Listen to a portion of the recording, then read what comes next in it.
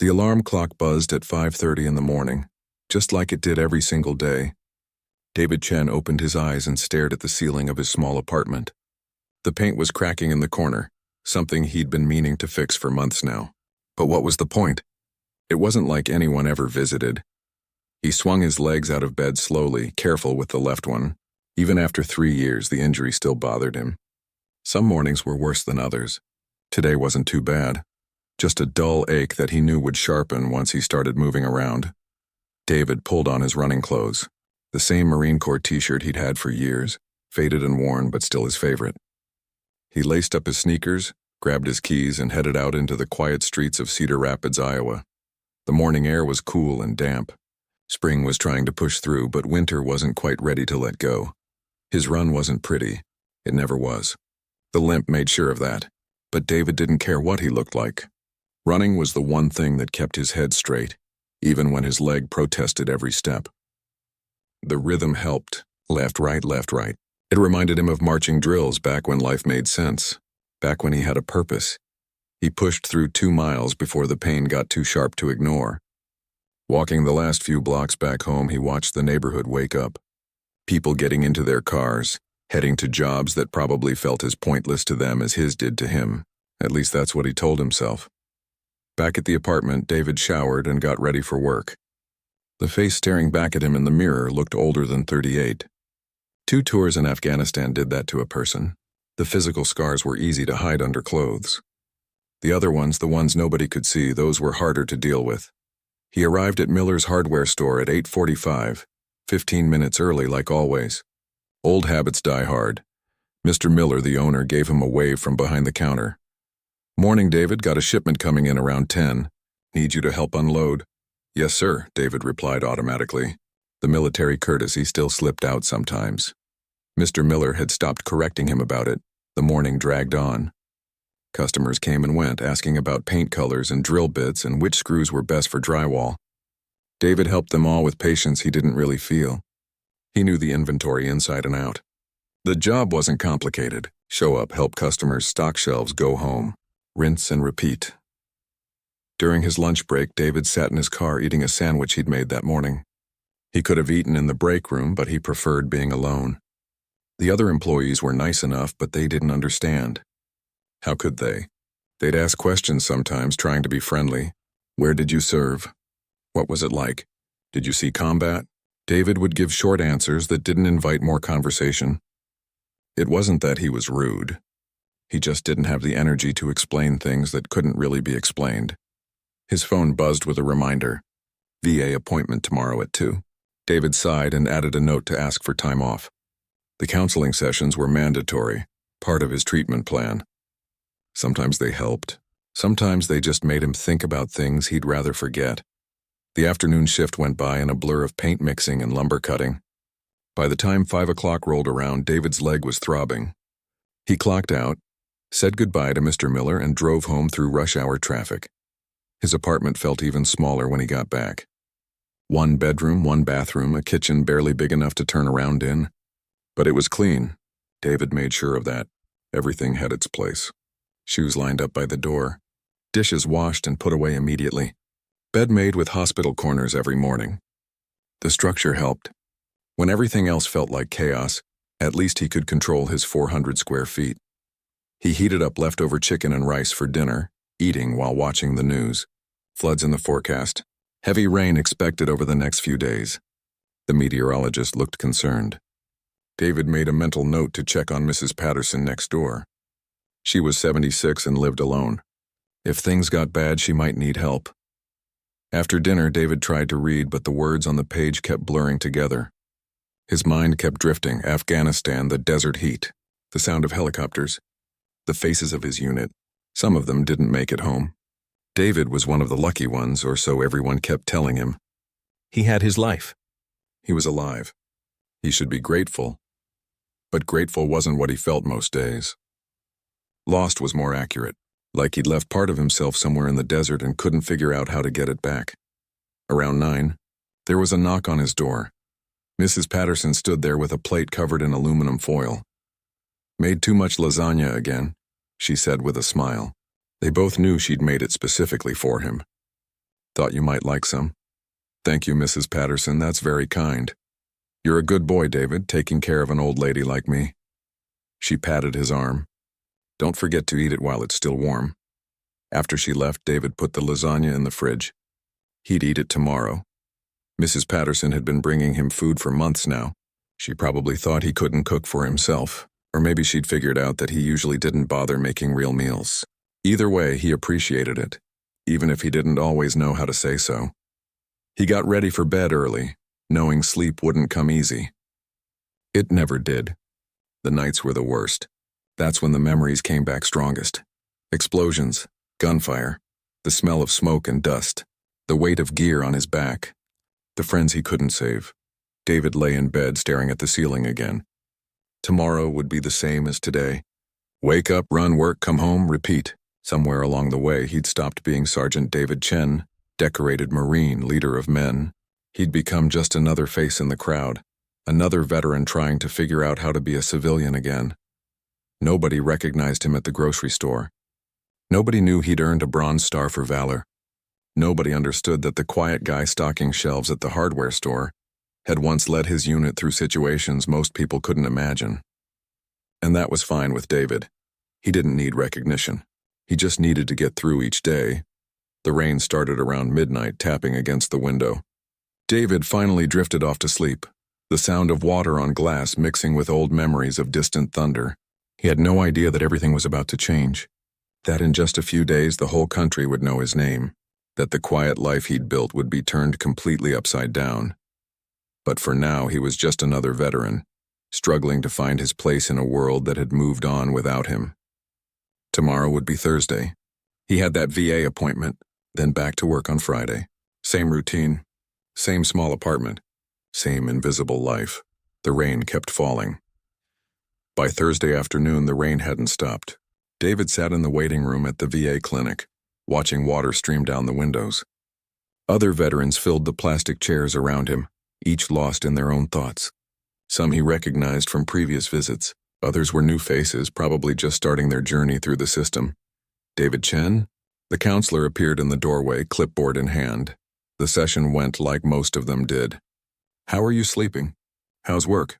Any flashbacks this week? David gave honest answers without going too deep. Yes, the nightmares were still there. No, work wasn't fulfilling, but it paid the bills. Yes, he was taking his medication. The counselor nodded, made notes, and scheduled him for 2 weeks out. Driving home, David noticed the water levels rising in the streets. The storm drains couldn't keep up. News alerts kept buzzing on his phone, but he ignored them. He'd been through worse than rain. Friday morning, he called into work.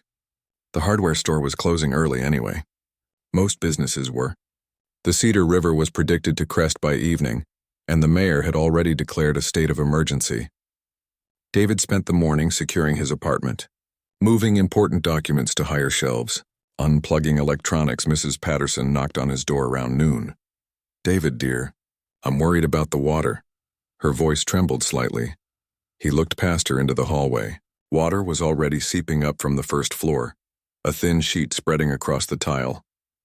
We need to move you upstairs, David said calmly. Pack a bag. Medications first, then clothes and any valuables. 5 minutes, his military training kicked in. He helped Mrs. Patterson gather her things, then carried her bags up to the 3rd floor where another neighbor, Bob Hendricks, had agreed to let people wait out the storm. Bob was already hosting the Torres family from 1B, and an elderly couple David had seen around but never really talked to. By mid-afternoon, the situation had gone from concerning to dangerous. The power went out. Water was rising faster than anyone had predicted.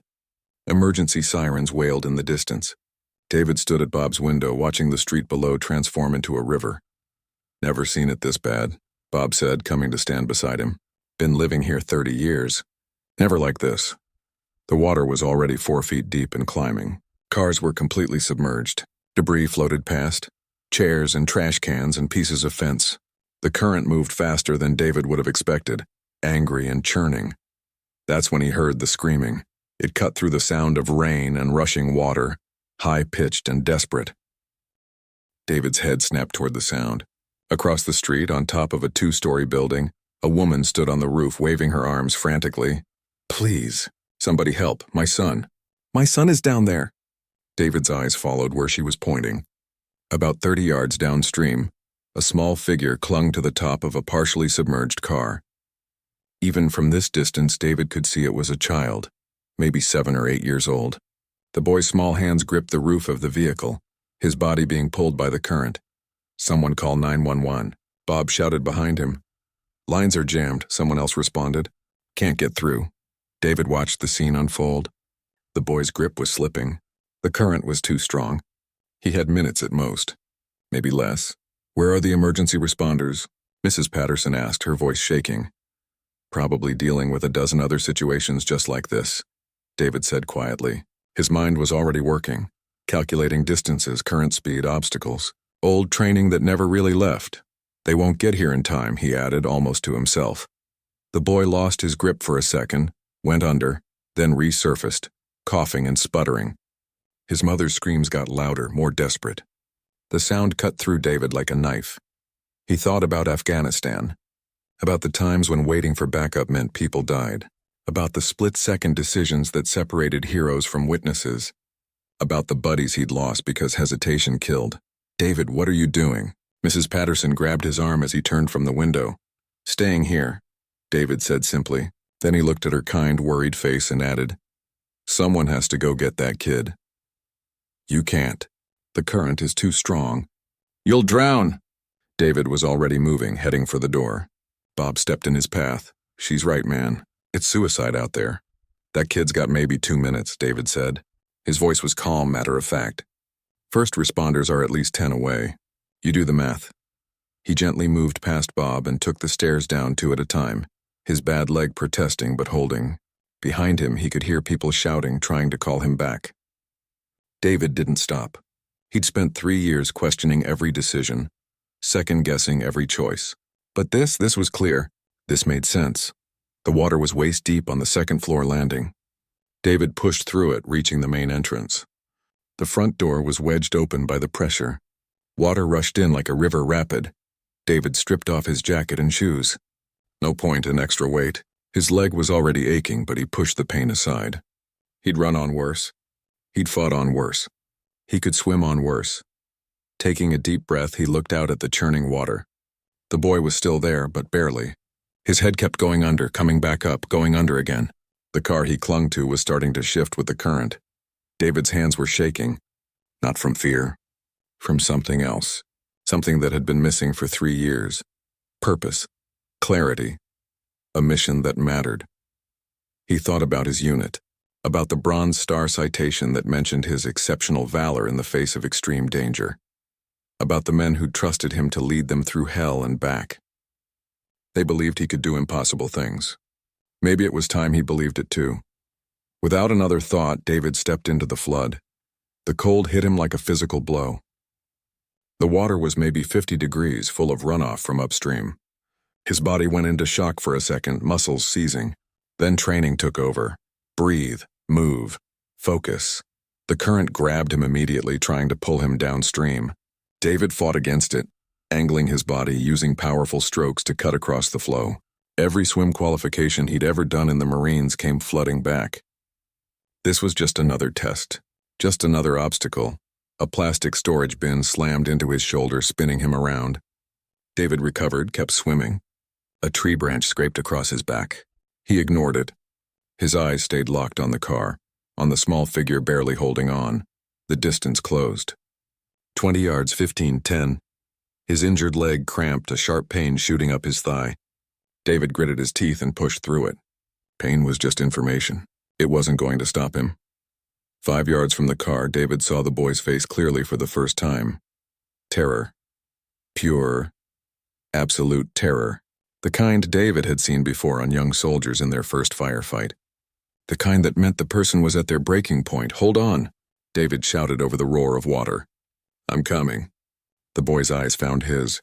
For a second, hope flickered there. Then the car shifted. The current had finally won its battle with the vehicle's weight.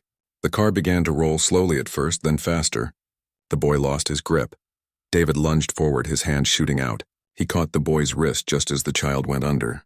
The weight pulled David down too. Water closed over his head. He couldn't see, couldn't breathe, just held on with everything he had. His feet found something solid, maybe pavement, maybe debris. David pushed off, using the leverage to break the surface.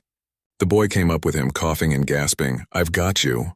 David pulled the child close, wrapping his arm around the small chest. "I've got you." "You're okay." But they weren't okay. Not yet. Now came the hard part. Getting back. David looked around, trying to orient himself. The current had already pulled them 20 yards from where he'd entered. Going back the same way was impossible. He needed another route. There. A building to his left, maybe 15 yards away. Part of a fire escape was visible above the water line. David began swimming toward it. The boy clutched tight against his chest. Every stroke was harder than the last. His leg was screaming now. His arms felt like lead. The cold was seeping into his core, slowing his movements. A propane tank came spinning out of nowhere, carried by an eddy. David saw it at the last second, twisted his body to take the impact on his back instead of the boy. Pain exploded across his shoulder blades. He kept swimming. The building was close now. 10 yards, 5. David's hand touched metal. The fire escape. He'd made it. With the last of his strength, David lifted the boy up onto the lowest platform. Hands reached down, people he hadn't even seen pulling the child to safety. Then more hands pulling David up. He collapsed on the metal grating, water streaming from his clothes, entire body shaking from cold and exhaustion. Someone was wrapping a blanket around him. Someone else was checking the boy, who was coughing but breathing. David rolled onto his back, staring up at the gray sky, rain falling on his face. His leg felt like it was on fire. His lungs burned. But the boy was alive. For the first time in 3 years, David Chen felt like a Marine again. David couldn't stop shaking. Whether from the cold or the adrenaline crash, he wasn't sure. Probably both. He sat on the fire escape platform, wrapped in someone's emergency blanket, watching as people tended to the boy. The child was small, maybe 7 years old, with dark hair plastered to his head. His name was Thomas, someone said. Toma Rodriguez. His mother was still on that rooftop across the street, screaming his name. Even through the storm, David could hear her voice cracking with desperate hope. "Is he okay?" David managed to ask through chattering teeth. A man kneeling beside Thomas looked up. "He's breathing, conscious, that's what matters." "You saved his life, man." David didn't respond.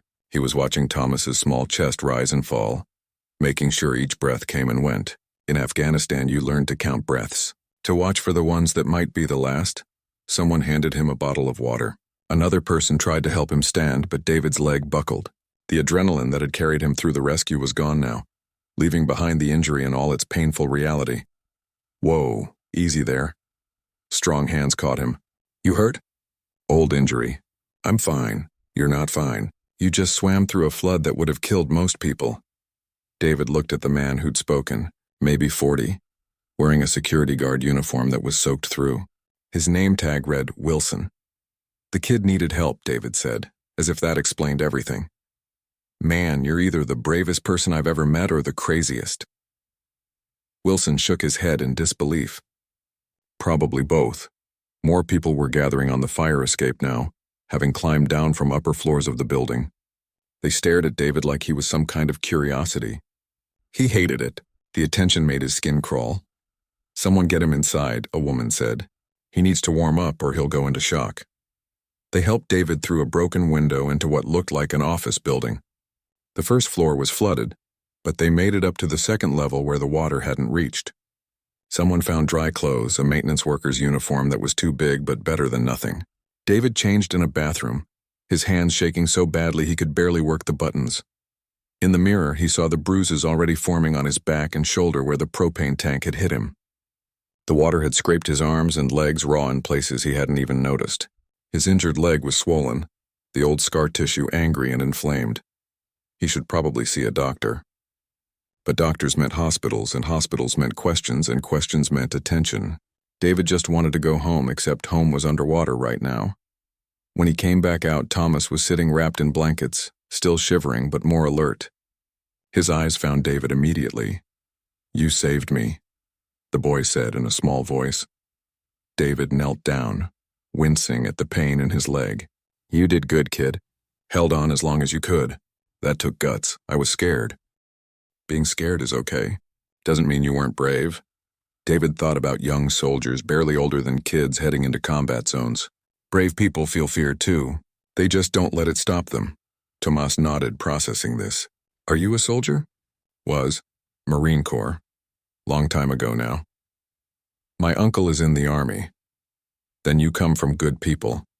Someone's phone suddenly picked up a signal, and within minutes, emergency services had been contacted. A rescue boat was coming.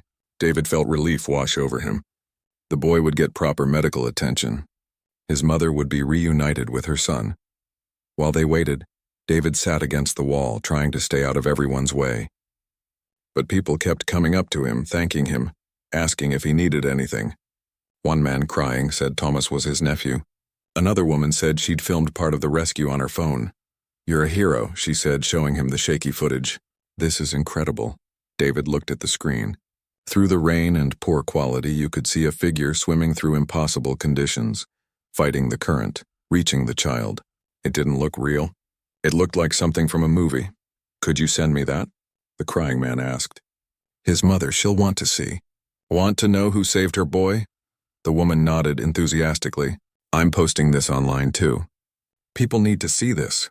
Need to know there's still good in the world. David wanted to object, but what would he say? Don't share it? It wasn't about him anyway. It was about Thomas surviving. The rescue boat arrived 40 minutes later. Professional first responders, trained and equipped. They checked Thomas over, efficient and thorough, then prepared to transport him to the hospital. You coming? One of the EMTs asked David. I'm okay. You need to get checked out too. That's quite a limp you've got there. It's old. I'll be fine. The EMT gave him a look that said he'd heard that before from stubborn people. Your call. But if that leg swells any worse, you're going to be in real trouble. They loaded Thomas onto the boat along with several other people who needed evacuation. David watched them motor away, the small boat handling the floodwaters with practiced ease. That's what professionals looked like. Not some half-broken veteran limping around like he was still 25. The water started receding around evening, though not by much. David and about 15 other people spent the night in the office building, sharing whatever food they'd managed to salvage, telling stories to pass the time. Wilson, the security guard, sat with David, offering him half a sandwich. Military, huh? Wilson asked. Yeah, I was Army. 20 years. Retired 5 years ago. That explained why Wilson seemed so calm during the chaos. Combat veterans developed a different relationship with panic. 2 tours, David said. Afghanistan, Wilson nodded. Understanding passed between them without more words needed. They ate in comfortable silence, watching the rain finally start to ease. What you did today, Wilson said eventually. That wasn't normal, you know. Civilians don't just jump into floods. Kid needed help. Most people would have waited for professionals, would have convinced themselves there wasn't time or it wasn't their responsibility. Wilson looked at him directly. But Marines don't wait. Marines act. David didn't respond. He thought about the 3 years he'd spent not being a Marine. Being nobody. Doing nothing that mattered. You still in there? Wilson tapped his own chest. That thing that makes you run toward danger instead of away. That doesn't leave. I don't care how long you've been out. By morning, the water had dropped enough for people to start moving around. Emergency services set up a shelter at the high school on the hill. David limped there with everyone else, his leg worse now but still functional. At the shelter, volunteers gave him a cot, some food, basic toiletries. Mrs. Patterson found him there, having been evacuated from Bob's apartment during the night. David, oh thank goodness. She hugged him tight. We saw what you did. Everyone's talking about it. It's not a big deal. Not a big deal? You saved a child's life. Other people were staring now. David recognized some of them from the building, from the neighborhood. Word had spread fast in the shelter. That's the guy who jumped in the flood. That's the one who saved the Rodriguez boy. David excused himself and went outside, needing air, needing space. His phone had dried out enough to turn on, and messages started flooding in. His boss at the hardware store checking if he was okay. His VA counselor making sure he was safe. A few numbers he didn't recognize. One voicemail was from a local news station asking for an interview. David deleted it. He didn't want to be on the news, didn't want people calling him a hero. He'd just done what needed doing, what anyone should have done. But deep down in a place he'd stopped looking at 3 years ago, something had shifted. For 6 minutes in that freezing water, fighting to save a child he'd never met, David had remembered who he used to be. Not the quiet guy at the hardware store. Not the invisible veteran struggling through each day. Sergeant David Chen. United States, Marine Corps. Someone who ran toward danger when others ran away. The question was whether that person still existed outside of crisis moments. Whether that sense of purpose could translate into regular life, or if it only showed up when someone was drowning. David sat on the curb outside the shelter, watching emergency vehicles drive past, and realized he didn't know the answer. But for the first time in 3 years, he wanted to find out. His phone buzzed again. This time it was a text from a number he didn't recognize. "This is Isabella Rodriguez, Tomas's mother. I heard where you're staying. I'm coming to find you. I need to thank the man who saved my son's life." David stared at the message. Part of him wanted to leave before she arrived. The rest of him knew that would be cowardly. If someone had saved his life, he'd want to look them in the eye too. So he waited. And in the waiting, watching the town slowly dig itself out from the disaster, David began to understand that sometimes you don't get to choose when your life changes direction. Sometimes a storm makes the choice for you. The flood had taken homes and cars and possessions, but for one struggling veteran, it had given back something much more valuable. It had reminded him why he was still alive. Isabella Rodriguez found David 2 hours later. She came with her husband, Miguel, and 3 other family members. The moment she saw him sitting outside the shelter, she broke down crying. "You," she said, walking straight to him. "You're the one." David stood up awkwardly, not sure what to do. Isabella didn't hesitate. She threw her arms around him and sobbed into his shoulder. "Thank you, thank you, thank you." The words came between gasps. "My baby, my Thomas, you brought him back to me." Miguel shook David's hand with both of his, tears streaming down his face too. "We can never repay you, never. Whatever you need, anything, you just tell us." "I don't need anything," David said quietly. "How's Thomas doing?" "Good. The doctors say he's going to be completely fine. Mild hypothermia, some bruising, but he's okay. He's alive because of you." The family wanted him to come to the hospital to see Thomas, but David hesitated. He didn't want to intrude. Isabella wouldn't take no for an answer. "Please, he's been asking about you. Wants to see the man who saved him. And I need," her voice broke, "I need you to see that he's okay. That what you did mattered." So David went. The hospital was chaos, flooded with people injured during the storm. But Isabella led him through the maze of hallways to the pediatric wing.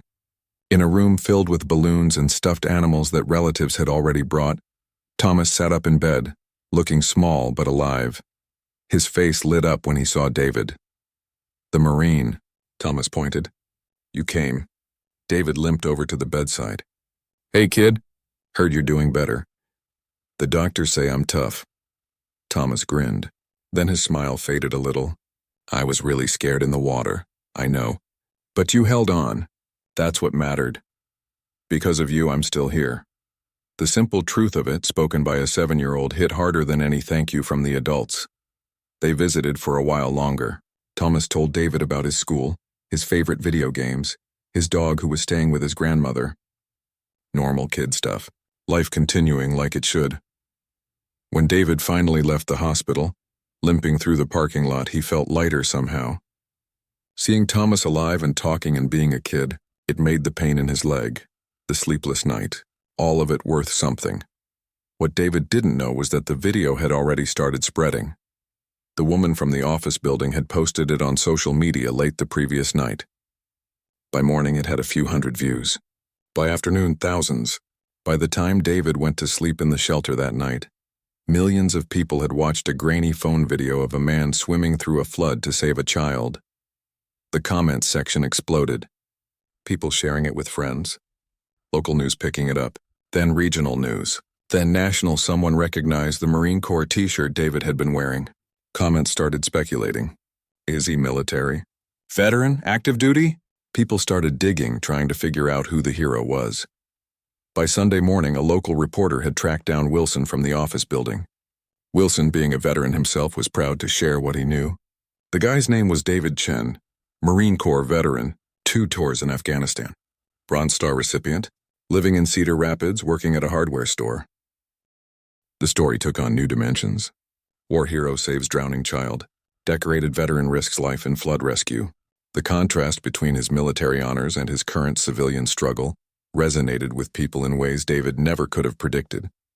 Someone found David's LinkedIn profile, bare bones and years out of date. Others found his service records through Freedom of Information requests. A few reporters managed to track down people from his unit who spoke about his leadership under fire, his courage, his dedication to his Marines. The video went viral in the truest sense. 10 million views, 20 million. News outlets across the country featured it. Morning talk shows discussed it. Social media couldn't get enough of it. David knew none of this.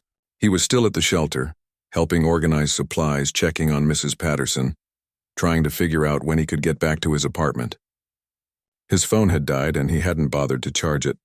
Monday morning, he borrowed a charger from someone. When his phone turned on, it exploded with notifications.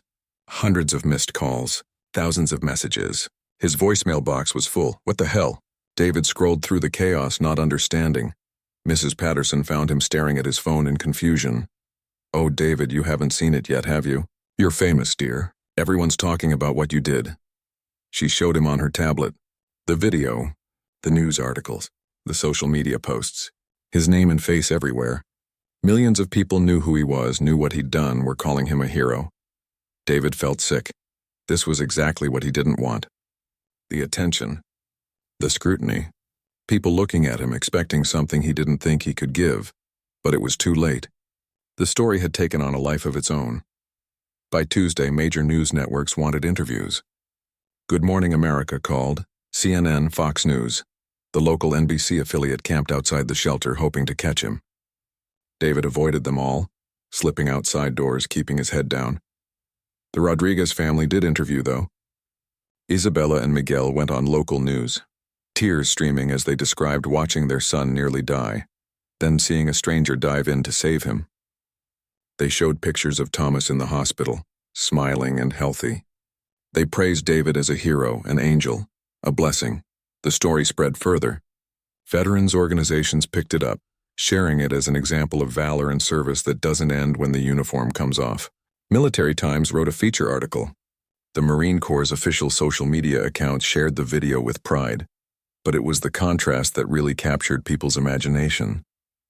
Here was a man who'd served his country with distinction, earned one of the military's highest honors for valor, and was working a minimum wage job at a hardware store. The juxtaposition of his sacrifice and his current circumstances struck a nerve. People started asking questions. Why wasn't he better taken care of? Why was a Bronze Star recipient barely scraping by? What does it say about how we treat veterans? The conversation expanded beyond one rescue to become something larger. About veteran care. About PTSD and transition struggles. About the gap between military service and civilian life. David tried to go back to work Wednesday, wanting some semblance of normalcy. He walked into Miller's Hardware and found news vans in the parking lot. Reporters rushed him with microphones and cameras. "Mr. Chen, can you tell us about the rescue?" "David, how does it feel to be called a hero? What made you jump in?" David pushed through them without comment, getting inside the store. Mr. Miller met him at the door. "David, I'm sorry. They've been here since opening. I can't make them leave the parking lot." "It's fine." It wasn't fine. He tried to work, but customers kept recognizing him, taking pictures, asking for autographs, wanting to shake his hand. By lunch, David couldn't take it anymore. He told Mr. Miller he needed to leave, apologized for the disruption, and snuck out the back at the shelter, now partially emptied as people found other places to stay. David sat on his cot and finally watched the video everyone was talking about. It was strange seeing himself from the outside. The figure in the video looked determined, powerful, heroic. David didn't feel like that person. He just felt like someone who'd done what needed doing. The comments on the video numbered in the tens of thousands. People calling him brave, amazing, inspiring. Veterans sharing their own struggles, saying the story gave them hope. Parents saying they'd show the video to their kids as an example of true courage. One comment stood out. "This is what real heroism looks like. Not for glory or recognition, just because someone needed help and he was there." David stared at those words for a long time. His phone rang. An unknown number. He almost didn't answer, but something made him pick up. Is this David Chen? A professional woman's voice. Yes. Mr. Chen, this is Lieutenant Colonel Barnes from the Marine Corps Public Affairs Office. I'm calling regarding the recent viral video. David's stomach dropped. I didn't want any of this attention. I understand and I respect that. But I need you to know that the Commandant himself has seen the video. He's been quite moved by your actions. There are some people in Washington who would like to speak with you. About what? About recognizing your actions? About honoring what you did both last week and during your service. I don't need to be honored. I just want to go back to my normal life. There was a pause. Mr. Chen, with all due respect, I don't think that's possible anymore. The story is too big. But we can help you navigate this. And more importantly, we can make sure your story is told correctly, on your terms. David closed his eyes. She was right. The train had already left the station. He could either hide from it or try to steer it. What did you have in mind? He asked. Over the next hour, Lieutenant Colonel Barnes outlined a plan. A formal recognition, a ceremony, but also connections to veteran support services, job opportunities, a chance to share his story in a way that might help other struggling veterans. After the call ended, David sat in the quiet of the shelter, thinking about the past week. About the flood, the rescue, the aftermath. About 3 years of feeling invisible suddenly turning into everyone seeing him. He thought about Tomas, alive because David had acted. About Isabella and Miguel, their family intact because David hadn't hesitated. Maybe the attention was uncomfortable. Maybe he didn't feel like a hero. But if his story could help other veterans feel less alone, if it could draw attention to the struggles so many faced, wasn't that worth something? David picked up his phone and called Lieutenant Colonel Barnes back. Okay, he said, I'll do it. But on one condition. This isn't just about me. It's about all of us. Every veteran trying to find their way home. I think we can arrange that. Sergeant Chen. It was the first time anyone had called him Sergeant in 3 years. And for the first time in 3 years, it felt right. 3 months passed in a blur that David could barely process. The quiet life he'd known was completely gone, replaced by something he never could have imagined. The first major interview was the hardest. Sitting across from a national news anchor, cameras pointed at him, millions of people watching. David's hands shook. His mouth went dry. But then the anchor asked him about Thomas, about that moment in the flood, and the words came easier. I just saw a kid who needed help, David said. That's all it was. Anyone would have done the same. But most people didn't, the anchor replied gently. You did, why? David thought about it. Because I was trained not to wait, not to assume someone else would handle it. In the Marines, you see a problem, you fix it. You see someone in danger, you act. That doesn't go away just because you're not wearing the uniform anymore. That interview clip was shared millions more times. The simple honesty of it resonated. Here was a genuine hero who didn't think of himself as heroic, who saw his actions as basic duty rather than extraordinary courage. More opportunities came. Speaking engagements at veteran events, invitations to appear at schools, companies reaching out with job offers, real positions with real salaries, not minimum wage work at hardware stores. David turned down most of them, but accepted a few. He started speaking at VA facilities, sharing his story with other veterans, talking about the struggle, the feeling of being lost, the sense that civilian life would never make sense, but also about finding purpose again, about how it could happen when you least expected it. I didn't jump into that water feeling like a hero, he told a room full of veterans at a Chicago facility. I jumped in feeling like a failure who at least knew how to swim. But somewhere between the shore and that kid, I remembered that I was still a Marine, that training doesn't leave you. That sense of duty doesn't disappear. It's still there. You just have to find it again. The room was silent. Then one veteran started clapping. Then another. Within seconds, everyone was on their feet. David had to turn away, emotion threatening to overwhelm him. During this time, David stayed in touch with the Rodriguez family. He visited Thomas twice more, watching the boy recover fully, getting back to being a regular kid. Isabella insisted he come for dinner, feeding him homemade food and treating him like family. You gave me back my son, she said during one visit. You're part of our family now. Forever. The phone call came in September. Lieutenant Colonel Barnes again, her voice carrying barely contained excitement. Sergeant Chen, I need you to sit down for this. I'm already sitting. The Secretary of Defense wants to award you the Soldier's Medal. It's the highest honor for valor in a non-combat situation. The ceremony will be at the Pentagon. David felt the weight of that. The Soldier's Medal. Other soldiers he'd known who'd earned it had done incredible things. Pulled people from burning vehicles, stopped active shooters, saved lives at great personal risk. When? He asked. 3 weeks. And David, there's more. Congress is also recognizing your actions. They're awarding you a Presidential Citizens Medal. Between your military service and the flood rescue, they believe you represent the best of what it means to serve others. David had to ask her to repeat that. A Presidential Citizens Medal, given to civilians for exemplary service to the nation. Combined with the Soldier's Medal, it was almost unprecedented. I don't know what to say. Say you'll be there. Because, Sergeant, this is historic. You're going to be one of very few people to receive both a high military honor and a high civilian honor in the same year. The ceremony is going to be significant. The news broke 2 days later. Media coverage exploded again. The story had legs beyond what anyone expected. Decorated war veteran saves drowning child, receives historic dual recognition. It was the kind of feel-good story the country needed. Veterans organizations rallied around it. Social media lit up with support. Letters started arriving at the address the Pentagon provided, hundreds of them from veterans and civilians alike. People sharing their own struggles, thanking David for giving them hope. Saying his story reminded them why service mattered. David read every single letter. Some made him cry.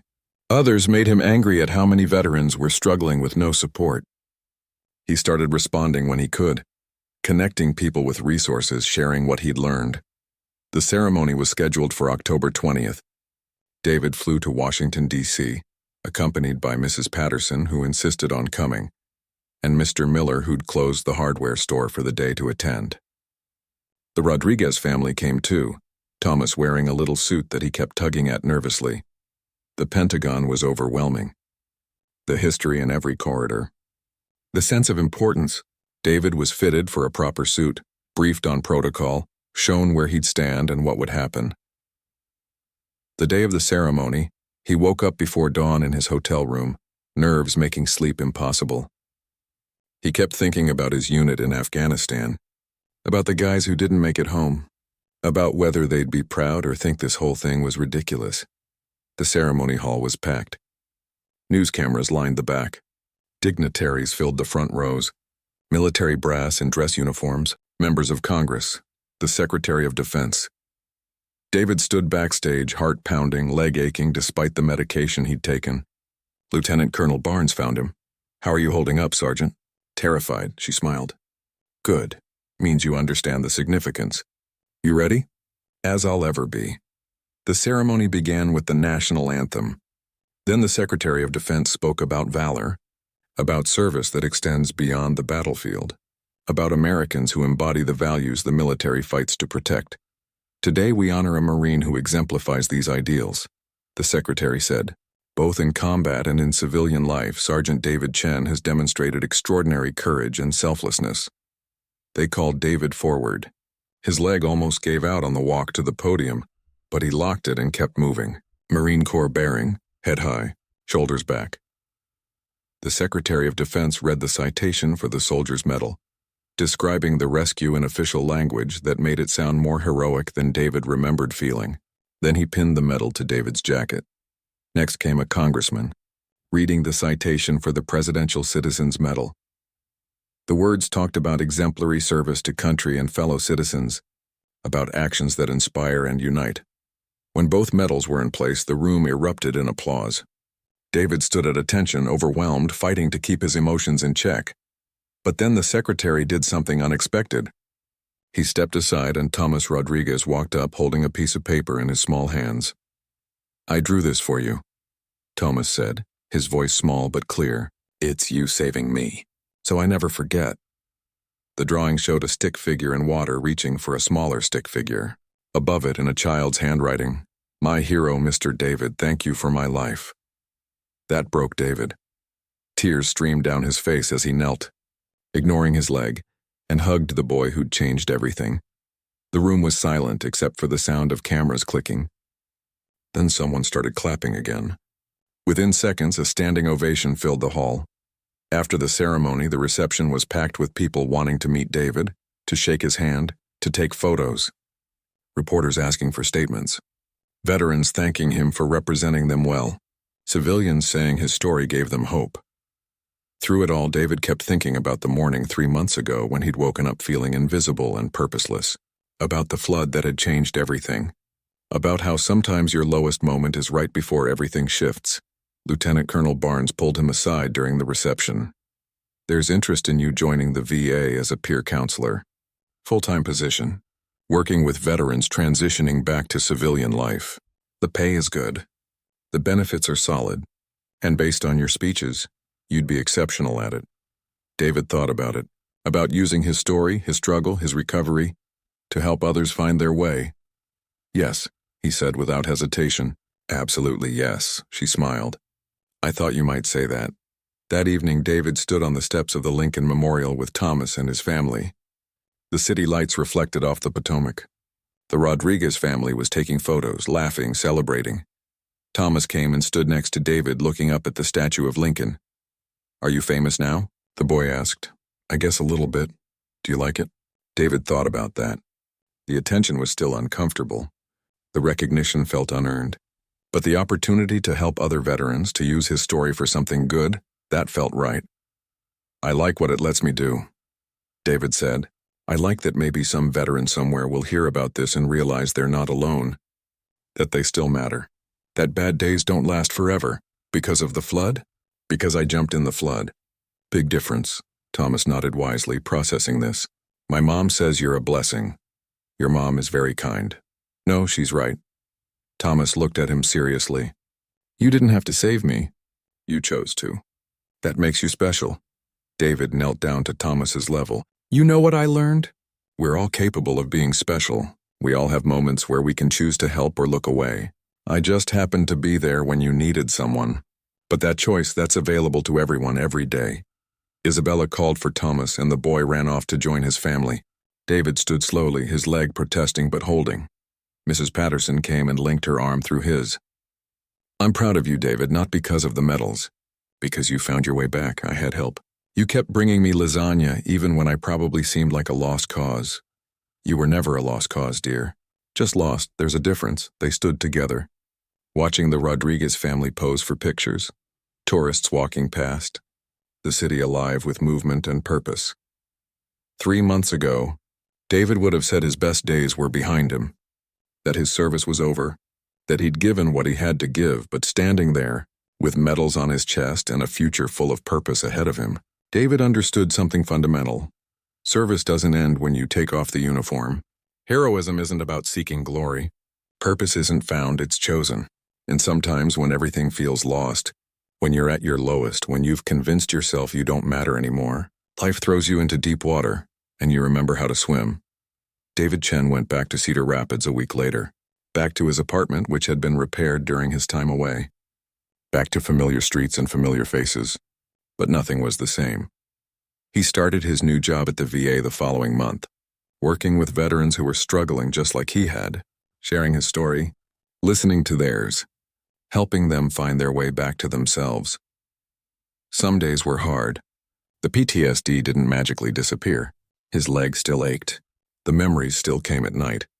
But he had purpose now, direction, a reason to get up each morning that went beyond just getting through another day. The video of the rescue eventually got over 50 million views. News outlets still occasionally ran updates on David's story. But the attention faded, as attention always does. Life returned to something closer to normal, except David was different now. Not because of the medals or the recognition, because he'd remembered who he was, what he was capable of. That the training, the values, the commitment to serving others, all of it was still there inside him, waiting to be called on. On the 1-year anniversary of the flood, David and the Rodriguez family gathered at the spot where it had happened. The street looked normal now. No sign of the disaster that had reshaped multiple lives. Thomas, now 8 and even more energetic, ran around showing David his straight-A report card. The kid was thriving, living his life, growing up the way every child should get to. Did you ever think, Miguel asked David, when you woke up that morning, that your life was about to completely change? David thought about it, about the routine he'd been locked in, about feeling purposeless and invisible, about how one moment of action had led to all of this.